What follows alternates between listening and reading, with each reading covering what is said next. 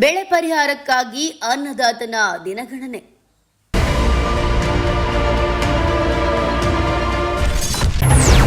ಅತಿವೃಷ್ಟಿಯಿಂದ ಮುಂಗಾರು ಹಂಗಾಮು ಬೆಳೆಗಳು ಸಂಪೂರ್ಣ ನಾಶ.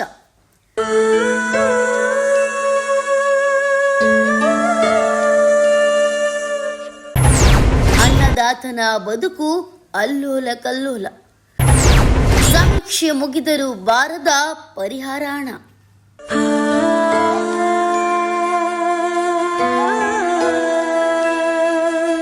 ಹೌದು, ಅತಿವೃಷ್ಟಿಯಿಂದ ಮುಂಗಾರು ಹಂಗಾಮು ಬೆಳೆಗಳು ಸಂಪೂರ್ಣ ನಾಶವಾಗಿ ರೈತರ ಜೀವನವನ್ನೇ ಅಲ್ಲೋಲ ಕಲ್ಲೋಲ ಮಾಡಿತ್ತು. ಇದೀಗ ಸರ್ಕಾರದಿಂದ ಪರಿಹಾರದ ನಿರೀಕ್ಷೆಯಲ್ಲೇ ಹಿಂಗಾರಿ ಬಿತ್ತನೆಗೆ ಅನ್ನದಾತರು ಪೂರ್ವ ಸಿದ್ಧತೆಯನ್ನು ಕೈಗೊಂಡಿದ್ದಾರೆ. ಮುಂಗಾರು ಬೆಳೆಹಾನಿ ಪರೀಕ್ಷೆಯೇನೋ ಮುಗಿದಿದೆ, ಆದರೆ ಸರ್ಕಾರ ಎಷ್ಟು ಪರಿಹಾರ ನೀಡಲಿದೆ ಎಂಬುದು ತಿಳಿತಾ ಇಲ್ಲ. ದೀಪಾವಳಿಯ ಪೂರ್ವದಲ್ಲಿಯೇ ಬೆಳೆ ಪರಿಹಾರ ಮತ್ತು ಬೆಳೆ ವಿಮೆ ಕಂಪನಿಯವರು ರೈತರ ಖಾತೆಗೆ ಹಣ ಹಾಕಬೇಕು. ಇದರಿಂದ ಮುಂದಿನ ಬಿತ್ತನೆಗೆ ರೈತರಿಗೆ ಅನುಕೂಲವಾಗ್ತದೆ. ಇಲ್ಲವಾದರೆ ಮುಂಗಾರಿನ ಸಾಲದೊಂದಿಗೆ ಹಿಂಗಾರಿನ ಬಿತ್ತನೆಗೆ ಹೊಸ ಸಾಲ ಮಾಡಿ ಬಿತ್ತುವ ಪರಿಸ್ಥಿತಿ ನಮ್ಮದಾಗಿದೆ ಎಂದು ರೈತರು ತಮ್ಮ ನೋವನ್ನು ವ್ಯಕ್ತಪಡಿಸುತ್ತಿದ್ದಾರೆ. ಮಳೆಯಿಂದ ಮುಂಗಾರು ಬಿತ್ತನೆ ಹಾಳಾಗಿದ್ದರಿಂದ ಹಿಂಗಾರು ಬಿತ್ತನೆಗೆ ಸರ್ಕಾರ ರಿಯಾಯಿತಿ ದರದಲ್ಲಿ ಬೀಜ ಮತ್ತು ಗೊಬ್ಬರವನ್ನ ನೀಡಬೇಕು.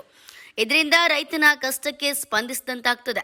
ಈಗಾಗಲೇ ತಾಲೂಕಿನಲ್ಲಿ ಬೀಜ ಗೊಬ್ಬರ ವಿತರಣಾ ಕೇಂದ್ರಗಳು ಪ್ರಾರಂಭವಾಗಿದ್ದು ಸೌಲಭ್ಯ ಒದಗಿಸಬೇಕೆಂಬುದು ರೈತರ ಆಗ್ರಹವಾಗಿದೆ. ಈಗಾಗಲೇ ರಾಜ್ಯ ಸರ್ಕಾರ ಬೆಳೆಹಾನಿ ಸಮೀಕ್ಷೆಯನ್ನ ನಡೆಸಿ ರೈತರ ಪಟ್ಟಿಗಳನ್ನು ಕೃಷಿ ಇಲಾಖೆ ಹಾಗೂ ಇತರೆ ಇಲಾಖೆಗಳಲ್ಲಿ ಅಂಟಿಸಿದೆ.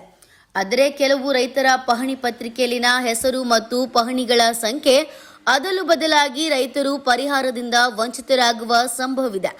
ಅಧಿಕಾರಿಗಳು ಎಚ್ಚೆತ್ತು ಅಂತಹ ರೈತರನ್ನ ಗುರುತಿಸಿ ಅವರಿಗೂ ಸರ್ಕಾರದ ಪರಿಹಾರ ದೊರೆಯುವಂತೆ ಮಾಡಬೇಕೆಂಬುದು ರೈತ ಸಂಘಟನೆಗಳ ಒತ್ತಾಯವಾಗಿದೆ.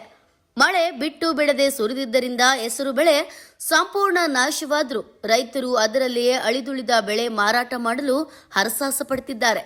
ಇನ್ನು ಕೆಲವರು ದಲ್ಲಾಳಿಗಳ ಕೇಳಿದ ದರಕ್ಕೆ ನೀಡಿ ಮೊರುಗುತ್ತಾ ಕೈ ತುಳಿತಿದ್ದಾರೆ.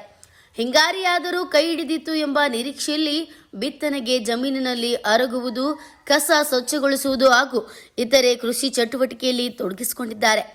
ರೈತರು ತಮ್ಮ FID ನಂಬರ್ ನಮೂದಿಸಿಕೊಳ್ಳಲು ತಡವಾಗಿದ್ದರಿಂದ ಸರ್ಕಾರದ ಪರಿಹಾರ ವಿಳಂಬವಾಗಿದೆ. ರೈತರು FID ಮಾಡಿಸದೆ ಹಾಗೆ ಉಳಿದಿದ್ದಾರೆ. ಕ್ಷೇತ್ರದ ರೈತರಿಗೆ 10 ದಿನಗಳ ಒಳಗಾಗಿಯೇ ಪರಿಹಾರ ಕೊಡಿಸಲು ಪ್ರಯತ್ನಿಸುತ್ತೇನೆಂತ NH ಕೋನರೆಡ್ಡಿ ಅವರು ತಿಳಿಸಿದ್ದಾರೆ. ಇನ್ನು ಕೃಷಿ ಮೇಳಕ್ಕೆ ಆಗಮಿಸಿದ್ದ CM ರೈತರಿಗೆ ಪರಿಹಾರ ನೀಡುತ್ತೇವೆ ಎಂದಿದ್ರು. ಇದುವರೆಗೂ ರೈತರ ಖಾತೆಗೆ ನಯಾ ಪೈಸೆ ಬಂದಿಲ್ಲ. ಕೂಡಲೇ ದಿನಾಂಕ ನಿಗದಿ ಮಾಡಿ ಸೂಕ್ತ ಪರಿಹಾರ ನೀಡಬೇಕು.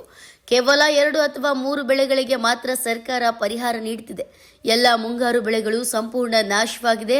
ಅವುಗಳಿಗೂ ಪರಿಹಾರ ನೀಡಬೇಕಂತ ಮಾಜಿ ಸಚಿವ ಶಂಕರ್ ಪಾಟೀಲ್ ಮುನೇನಕೊಪ್ಪ ಆಗ್ರಹ ಮಾಡಿದ್ದಾರೆ.